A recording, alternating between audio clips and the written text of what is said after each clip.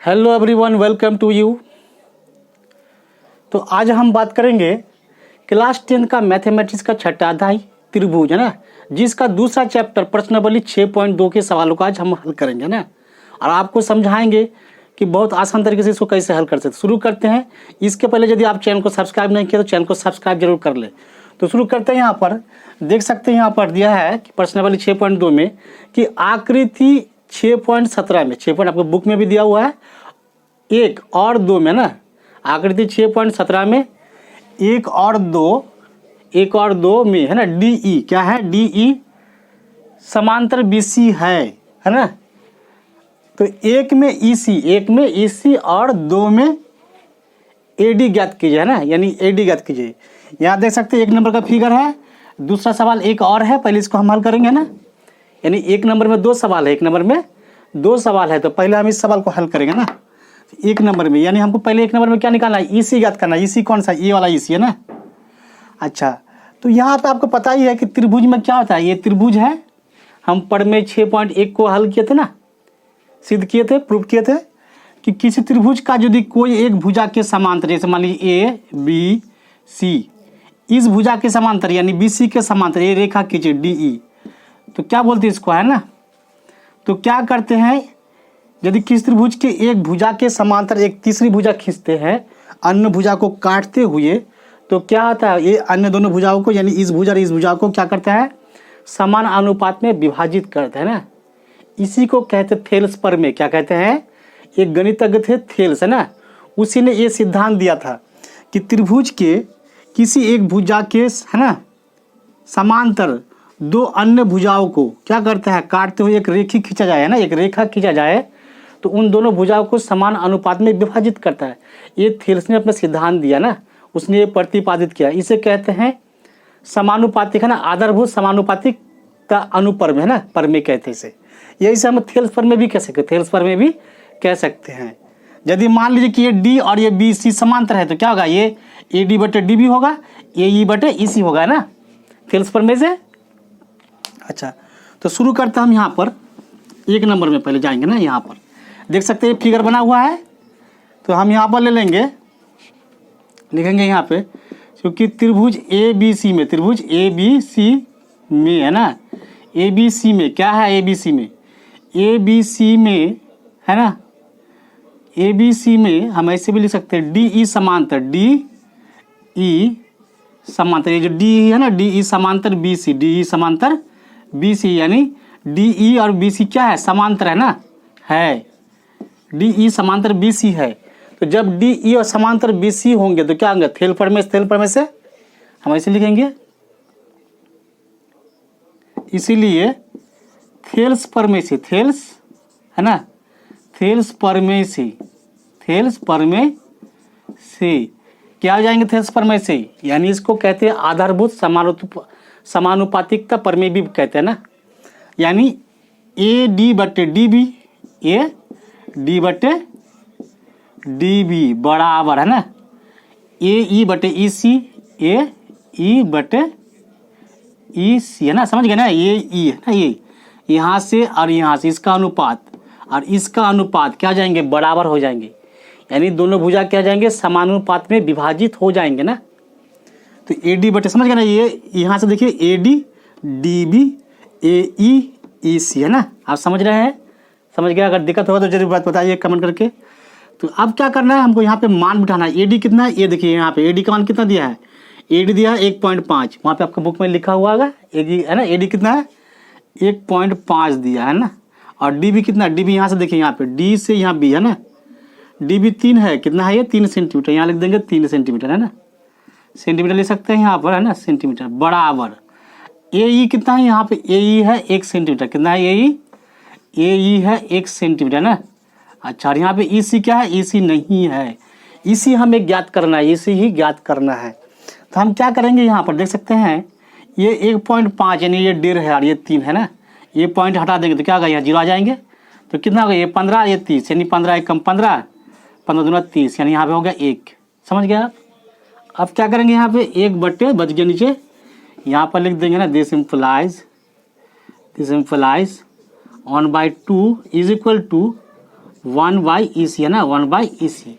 यहाँ पे हम तिरछा गुना करेंगे, कैंची गुना करेंगे, क्या करेंगे, तो ये हो जाएंगे EC गुना जाएंगे इससे है ना, यानी EC एकम EC, और 2 हो जाएंगे इससे गुना, तो कितना जाएंगे 2 एकम 2, तो हो गया कितना बराबर 2 है ना, 2 सेंटीमीटर। तो EC कितना आ गया 2 सेंटीमीटर है ना, 2 सेंटीमीटर आ गया, तो EC का मान हो गया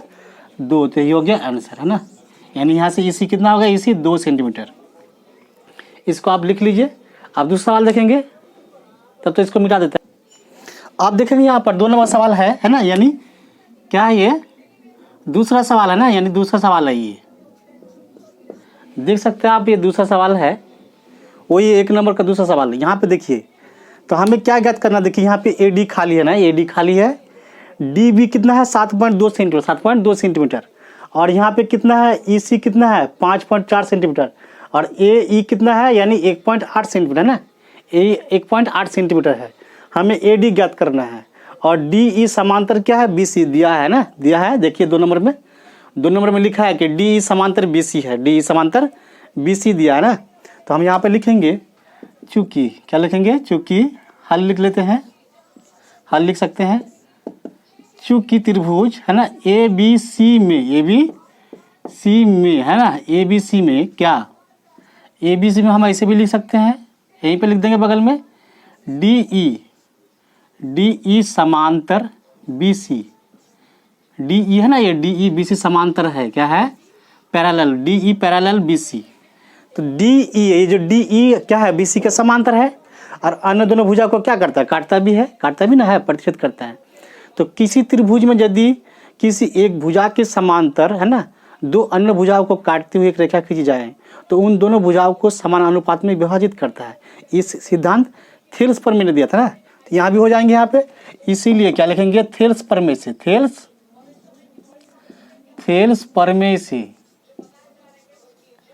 थेल्स प्रमेय से है ना। तो थेल्स प्रमेय से क्या जाएंगे, यानी भुजाओं का अनुपात हो जाएंगे बराबर, यानी AD बटे DB, AD बटे DB बराबर है, देख सकते हैं ना यहाँ पे AD बटे DB, यानी AD बटे DB बराबर है ना, बराबर क्या जाएंगे AE बटे EC, AE बटे है ना EC। तो AD कितना देख सकते हैं यहाँ पे, AD नहीं है, AD निकालना है, AD बटे ना DB कितना है यहाँ से, DB 7.2 है ना, बराबर है यहाँ पर कितना है AE कितना है 1.8 है ना, 1.8 सेंटीमीटर है, और यहाँ पे कितना है EC 5.4 सेंटीमीटर, 5.4 सेंटीमीटर है ना, 5.4 सेंटीमीटर है ना। अब हम क्या करेंगे, देखना यहाँ पर है ना, ये देखिए यहाँ पे पॉइंट है, एक अंक का पॉइंट, यहाँ भी एक अंक का पॉइंट हम हटा सकते हैं है ना। पॉइंट यदि ऊपर भी दशमलव संख्या नीचे भी हो, और यदि एक ही अंक के बाद यानी बराबर अंकों के बाद हो ना, तो इसको मान लेते हैं 18, तो 18 एकम 18, 18 किया 54, 18 किया 54, यानी वो ऊपर में हो गया 1 और नीचे हो गया कितना 3 है ना, कट गया ये, यहाँ कटेगा नहीं कटेगा। तो आप क्या करेंगे, यहाँ पे कैंची गुना कर दें, कैंची ये गुना हो जाएंगे इससे 1 से ना, और यहाँ आ जाएंगे AD बराबर क्या करेंगे यहाँ पर, यानी AD बराबर है ना, देखिए ये जो 72 है ना 72, इससे गुना कर देंगे, यानी हो जाएंगे यहाँ पे 1 का 1, हम ऐसे करते हैं ना, बटे 3, और यहाँ पे बराबर कितना AD बटे 72, AD बटे 7.2। अब यहाँ पे क्या करेंगे, कैंची गुना कर देंगे, कैंची गुना कर देंगे, ये गुना हो जाएंगे इससे है ना, और ये गुना हो जाएंगे इससे गुना नहीं करेंगे, क्योंकि फिर भाग देना पड़ेगा हमको, AD का मान निकालना है। यानी यहाँ पर AD क्या है, AD चर है, क्या है, तो चर का जो गुणांक होता है, चर का भाजक होता है ना, ये जो इसका गुणांक होगा, हम इसे भी कर सकते हैं, ये तो कर देते हैं गुना, क्या कर देते हैं, इससे कर देते हैं, तो ये हो जाएंगे कितना 3AD, ये इससे गुना कर दिया, ये गुना हो जाएंगे इससे, तो कितना हो जाएगा 7.2, 7 एकम 1 से गुना तो इतना ना होगा। अब ये 3 से भाग देंगे, क्योंकि AD क्या है, AD चर है ना, अज्ञात संख्या, 3 क्या है, एक संख्या है ना, वास्तविक संख्या दिया हुआ है, तो क्या है चर का जो गुणांक होता है, चर का भाजक होता है, ये अचर है, वास्तविक संख्या दिया हुआ है, यानी AD बराबर क्या जाएंगे,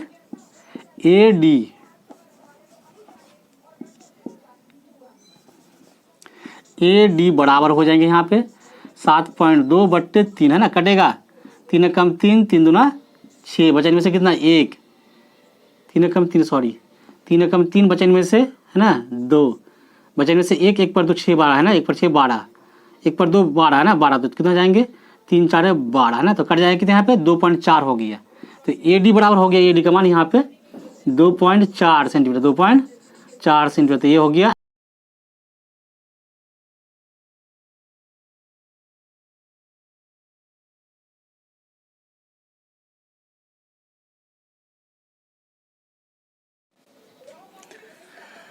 तो यहाँ दिया है, देख सकते हैं 2 नंबर का सवाल पूछा है 2 नंबर में कि किसी त्रिभुज PQR है ना, किसी त्रिभुज PQR की भुजाओं PQ और PR है ना पर क्रमशः बिंदु E और F स्थित है ना, स्थित है। तो निम्नलिखित में से प्रत्येक स्थिति के लिए बताइए कि क्या EF समांतर EQ है, EF समांतर EQ है, यानी EF समांतर एक त्रिभुज है, बना लेते हैं यहाँ पर है ना, यहाँ पर एक त्रिभुज बना लेते हैं, इसको देते हैं PQR है ना, और इसके ले लेते हैं यहाँ पर एक है ना, इस पर ले लेते हैं एक EF है, क्या लेते हैं EF। तो पूछा है यहाँ पर कि जो त्रिभुज PQR है ना, इसके भुजा है ना PQ पर, PQ और ये Q PR पर है ना, EF क्या है, एक EF है ना, बिंदु E और E स्थित है। तो निम्नलिखित में से प्रत्येक स्थिति के लिए बताइए कि क्या EF समांतर, ये जो EF है ना, EF और ये QR समांतर है। यदि ये PE बटे EQ और PF बटे FR यदि बराबर हो जाता है, इन दोनों भुजाओं का अनुपात यदि बराबर हो जाता है ना, यानी इस भुजा को जो यहाँ पर काटता है तो PE और EQ बटे है ना PF बटे FR यदि बराबर हो जाता है, इसका मतलब क्या होगा, EF समांतर QR होगा ना, यानी थेल्स प्रमेय के विलोम से यदि मान लीजिए उसके भुजाओं के अनुपातों यदि है ना बराबर होता है, यदि अनुपात बराबर होते तो वो दोनों जो वो रेखा जो काटता है जिस बिंदु पर, तो क्या होगा वो रेखा, यानी उन दोनों रेखा भी समांतर होगा। जब किसी त्रिभुज में एक भुजा के समांतर काटती है ना, एक सब भुजा के समांतर अन्य दो भुजाओं को काटती हुई खींची गई रेखा उन दोनों भुजाओं को समानुपात में विभाजित करता है, तो क्या कहते हैं हम लोग उसको विभाजित करते हैं थेल्स प्रमेय से। लेकिन यहाँ पर क्या पूछा है कि ये समांतर है या नहीं, यदि उसको भुजा का ना जो एक अन्य रेखा दोनों भुजाओं को काटता है और उस रेखा के अनुपात है ना, उस भुजाओं के अनुपात यदि बराबर हो जाता है तो थेल्स प्रमेय के विलोम से क्या जाएंगे, यानी ये EF और QR समांतर हो जाएंगे। तो हम यहाँ शुरू करते हैं, यहाँ ले लेंगे हल है ना, हल क्या ले लेंगे, हल। तो कितना है PE है ना, PE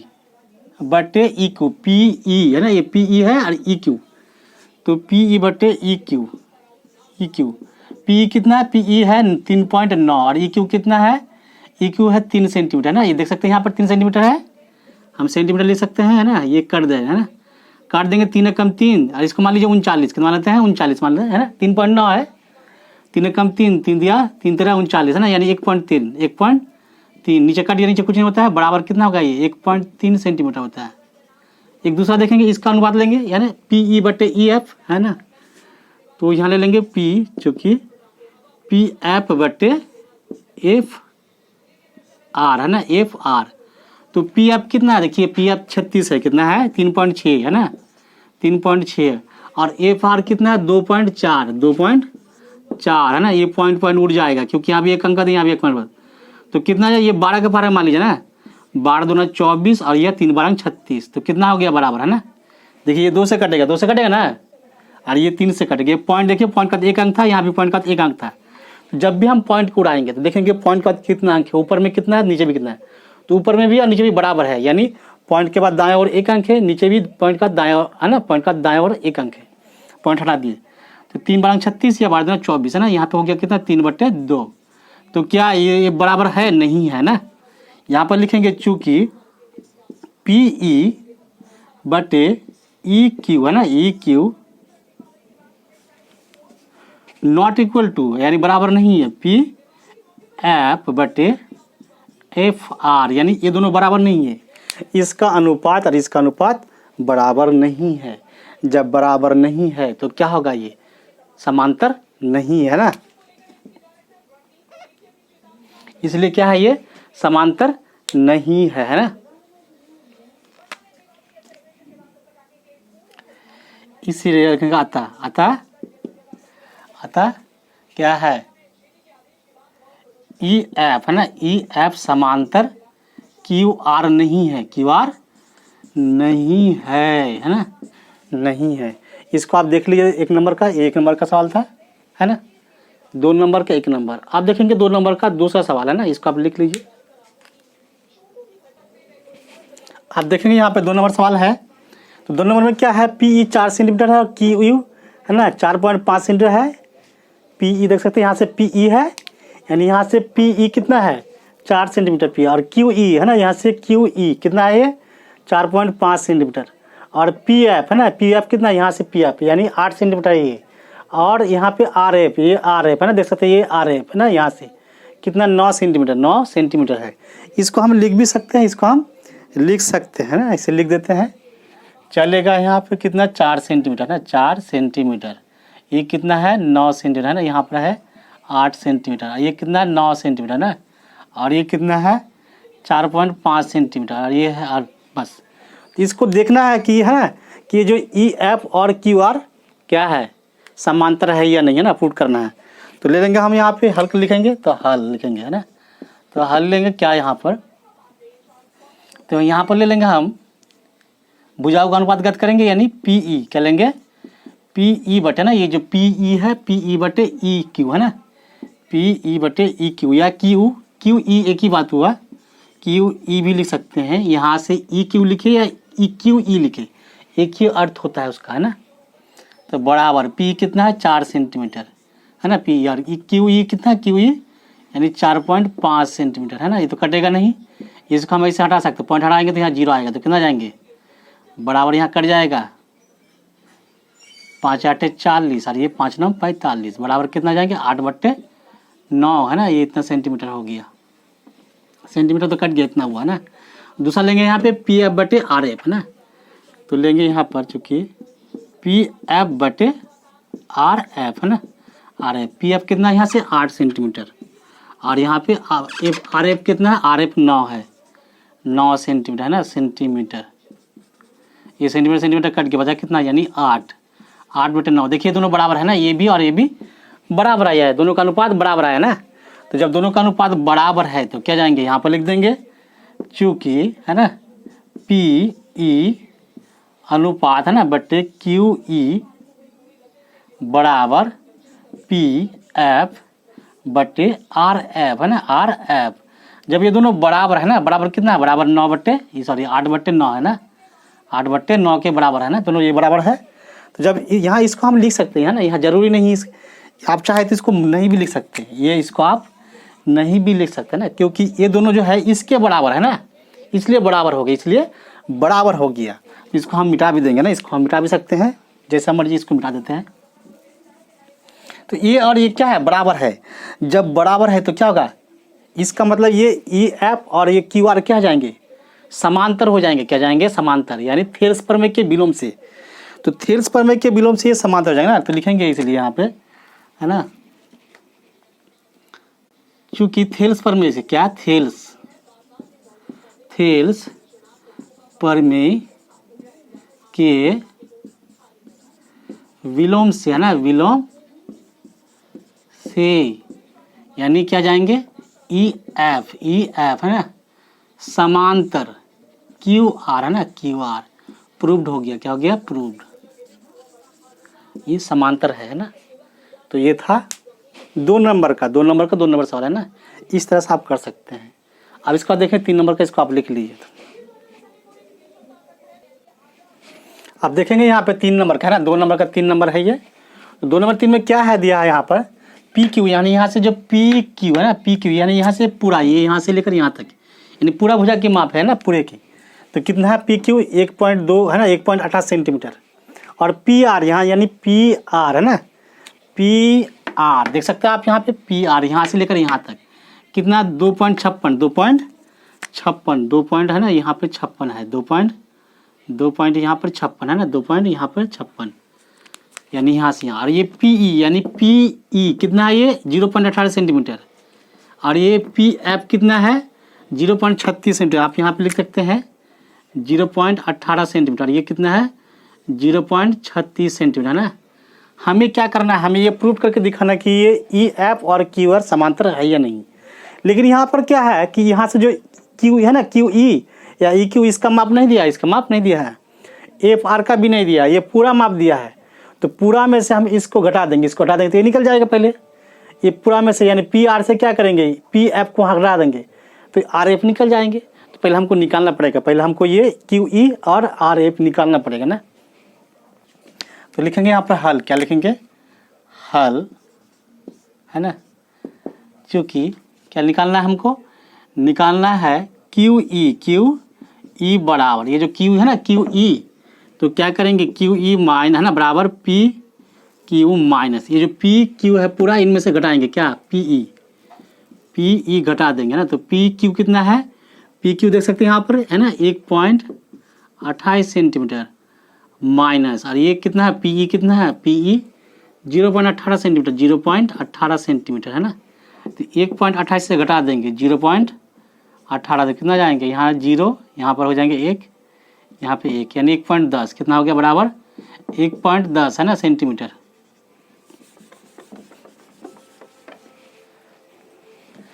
दूसरा क्या करेंगे हम, हमको निकालना ये वाला है ना, ये भी निकालना आर एफ। तो क्या करेंगे पहले आर एफ, चूँकि आर एफ बराबर क्या जाएंगे यानी पी आर, ये जो पी आर है ना, ये पी आर देख सकते हैं यहाँ पे पी आर सी है ना,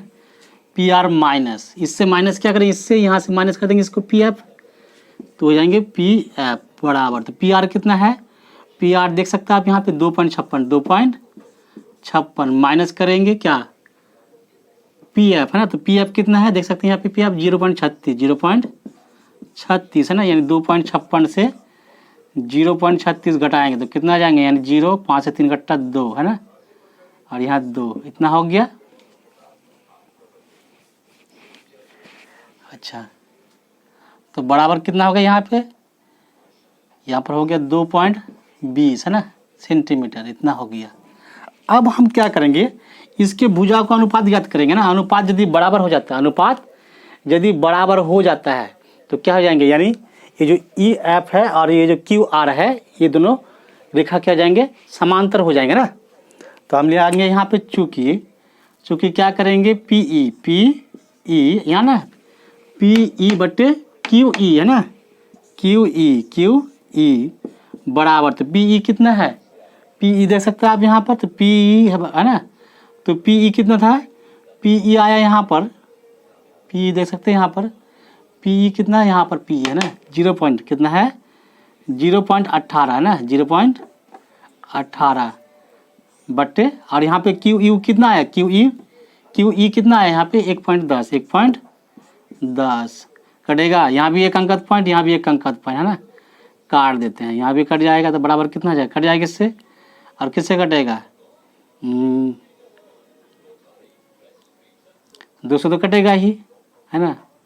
तो जाएंगे 9 दूना 18, और यहाँ जाएंगे कितना 2 के फार्म में यानी 55, कितना हो गया 55 है ना, और नहीं कटेगा तो 9/55 हो गया, क्या कितना हो गया ये 9/55। अब लिखेंगे यहाँ पे चूँकि कितना,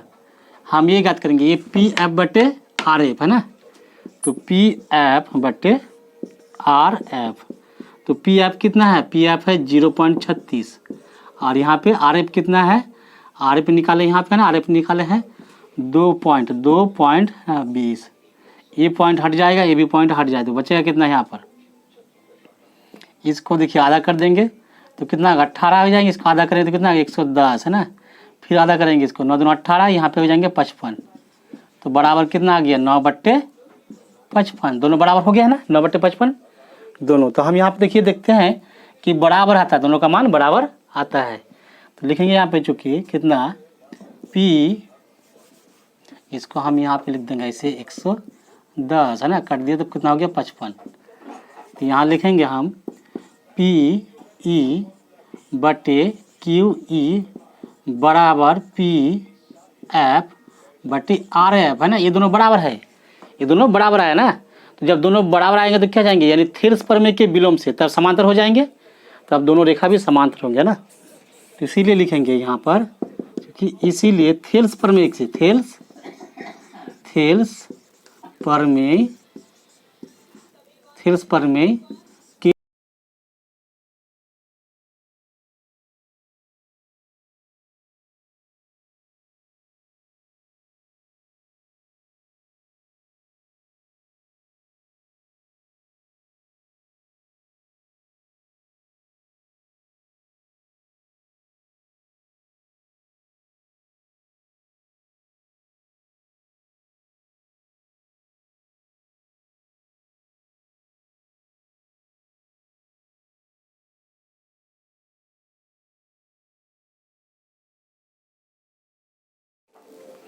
अब यहाँ पर दिया है 3वां सवाल देखेंगे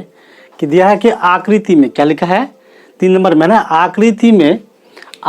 में यदि एल एम समांतर है ना, एल एम समांतर सी बी और एल एन समांतर सी डी है ना, एल एम समांतर सी डी है, तो सिद्ध कीजिए कि ए एम बटे है ना, ए एम बटे ए बी बराबर ए एन बटे ए डी है ना, हमको ये सिद्ध करना है, तो सबसे पहले हम क्या करेंगे, यहाँ पर देखिए फिगर भी बना हुआ है, आपका बुक में भी दिया होगा, ये फिगर है ना, ये फिगर आकृति कितना है, आकृति दिया है यहाँ पे 6.18। तो देखिए यहाँ पर जो है ना, ये जो है ये समांतर एल एम है ना, एल एम समांतर किसके, बी सी के समांतर है, और एल एन है ना, एल एन है जो है ये सी डी के समांतर दिया है, सी डी के समांतर दिया है ना। तो पहले हम ये वाला त्रिभुज लेंगे, ऊपर वाला त्रिभुज लेंगे ना, ऊपर वाला त्रिभुज लिखेंगे यहाँ पर हल, क्या लिखेंगे, हल है ना, लिखेंगे यहाँ पर हल त्रिभुज है ना, ए बी सी में, त्रिभुज ए बी सी में है ना, ए बी सी में क्या देखिए, ए बी सी में है ना, ये वाला त्रिभुज में, इधर वाला में है ना, में क्या है, एल एम है ना, एल एम समांतर सी बी है ना, ये देखिए दिया हुआ है, एल एम समांतर सी बी दिया है, एल एम समांतर सी बी दिया है ना, समांतर सी बी है, हम ऐसे कर सकते हैं, एल एम समांतर सी बी है ना, सी बी है, तो जब ये समांतर है तो है ना, ये जो समांतर है तो क्या होगा, यानी इस भुजा के समांतर सी बी के समांतर है, तो यानी ए एम बटे एम भी होगा है ना, इसीलिए क्या जाएंगे थेल्स प्रमेय से है ना, थेल्स प्रमेय से क्या जाएंगे, ए एम यानी ए एम बटे एम बी है ना, ये देखिए ए एम बटे एम बी बराबर कौन सा जाएंगे, यानी ए एल क्या जाएंगे, ए एल बटे, यहाँ से देखिए ए एल बटे एल सी है ना, एल सी या सी एल है ना, इसको समीकरण एक मान लेंगे, अब हम लेंगे ये दूसरा नीचे वाला त्रिभुज, देखिए नीचे वाला है ना, ये ए डी सी नीचे वाला त्रिभुज को लेंगे है ना, नीचे वाला लेंगे, तो लिखेंगे यहाँ पे अब क्या लिखेंगे, अब है ना, अब त्रिभुज ए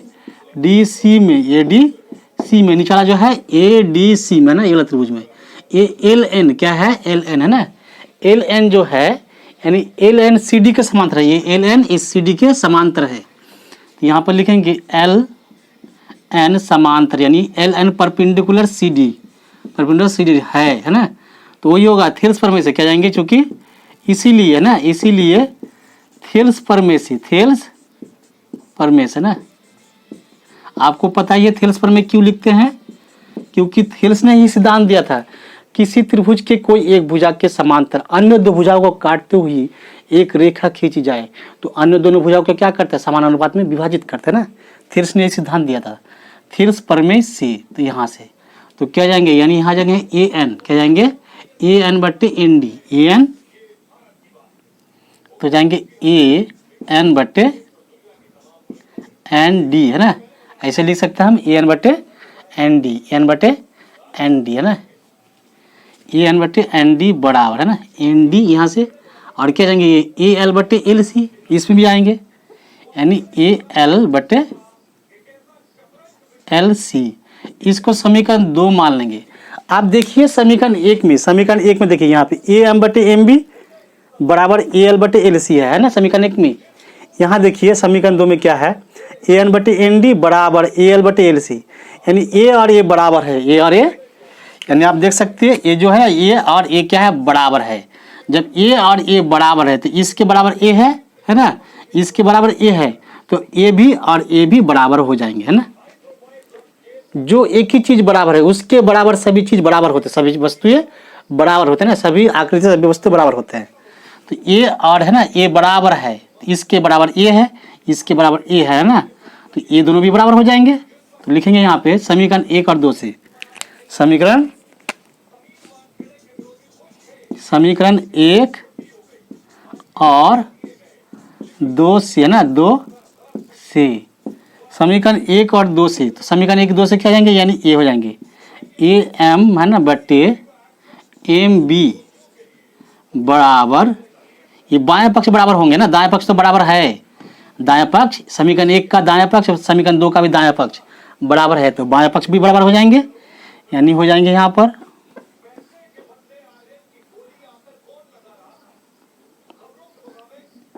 तो यहाँ जाएंगे ए एम बटे ना, तो हो जाएंगे यहाँ पर ए एन बटे एन डी, है ना, एन डी। तो ये जो बराबर हो गया एन डी, है ना, ये बराबर हो गया। तो क्या करना है, हमें प्रूफ करना इतना है ना, कितना करना प्रूफ, इतना करना, ए एम बटे ए बी बराबर ए एन बटे ए डी, है ना। उतना हुआ क्या, नहीं हुआ उतना। ए एम बटे एम बी है, ए एम बटे एम बी है, कैसे करेंगे, ए एम बटे एन डी है ना, हमको प्रूफ करना है उतना। और यहाँ है ए एन बटे एन डी, कैसे करेंगे ना।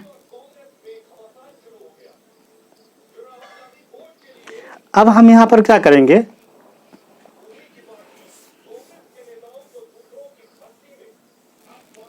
इसको पलट देते, क्या करेंगे, है ना, इस यहाँ पे हम ले लेंगे क्या, यहाँ पर हम ले लेंगे गुणात्मक प्रतिलोम, है ना, या ले लेंगे यहाँ पर हम इसे क्या कर देंगे, इसको पलट देंगे, नीचे वाले को ऊपर कर देंगे, वाले को नीचे कर देंगे, है ना। इसे कहते हैं व्युत्क्रम, क्या कहते हैं, व्युत्क्रम लेंगे, क्या लेंगे, व्युत्क्रम।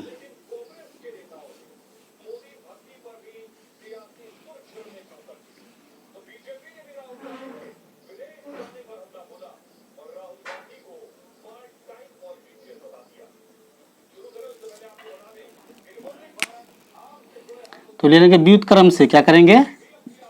व्युत्क्रम, है ना, व्युत्क्रम से,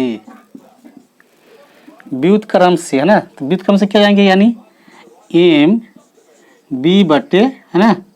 ए एम बराबर यहाँ पे हो जाएंगे ए एन बटे, यानी यहाँ पर हो जाएंगे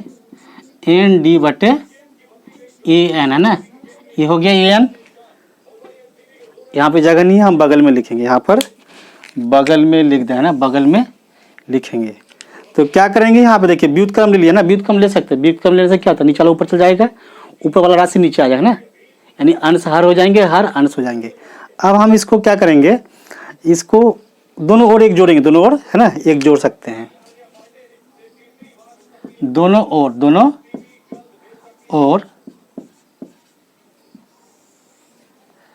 और